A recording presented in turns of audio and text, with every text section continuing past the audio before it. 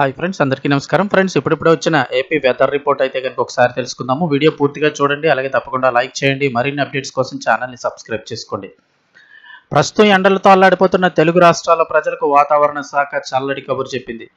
కర్ణాటక నుంచి తెలంగాణ, రాయలసీమ మీదుగా ఒక ద్రోణి ఏర్పడిందని, ఈ యొక్క ద్రోణి ప్రభావంతో రానున్న 3 రోజుల పాటు తెలుగు రాష్ట్రాల్లో భారీ వర్షాలు కురిసే అవకాశం ఉందని వాతావరణ శాఖ వెల్లడించింది.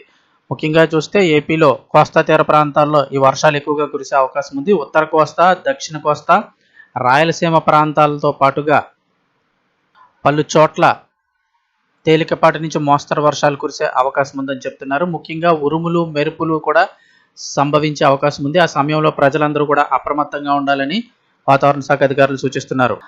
దీనితో పాటుగా మరొక ముఖ్యమైన అప్డేట్ ఏంటి అంటే కనుక బంగాళాఖాతంలో మరొక అల్పపీడనం అయితే ఏర్పడబోతుంది. ఈ అల్పపీడన ప్రభావంతో భారీ నుంచి అతి భారీ వర్షాలు అయితే కురవబోతున్నాయి. ఈ యొక్క అల్పపీడనం అయితే కనుక ఈ నెల 2వ వారంలో ఈ ఉపరితల ఆవర్తనం ఏర్పడనుందని ఇస్రో వాతావరణ నిపుణులు వెల్లడించారు.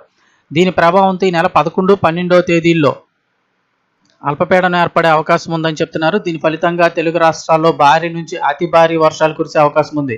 ప్రస్తుతం ఉన్న ద్రోణి కారణంగా ఇప్పటికే ఆంధ్రప్రదేశ్లోని పలు ప్రాంతాల్లో వర్షాలు కురుస్తున్నాయి. మరో 48 గంటల పాటు ఈ యొక్క ద్రోణి కొనసాగే అవకాశం ఉంది. ఇది కంప్లీట్ అయిన మరొక 2 రోజుల గ్యాప్ తర్వాత అయితే మరో ఉపరితల ఆవర్తనం ఏర్పడనుంది. దాని ప్రభావంతో భారీ నుంచి అతి భారీ వర్షాలు కురిసే అవకాశం ఉందని వాతావరణ నిపుణులు అయితే చెప్తున్నారు. ముఖ్యంగా పల్నాడు, కృష్ణా, కోనసీమ, పశ్చిమ గోదావరి జిల్లాల్లో భారీ వర్షాలు పడే అవకాశం ఉంది.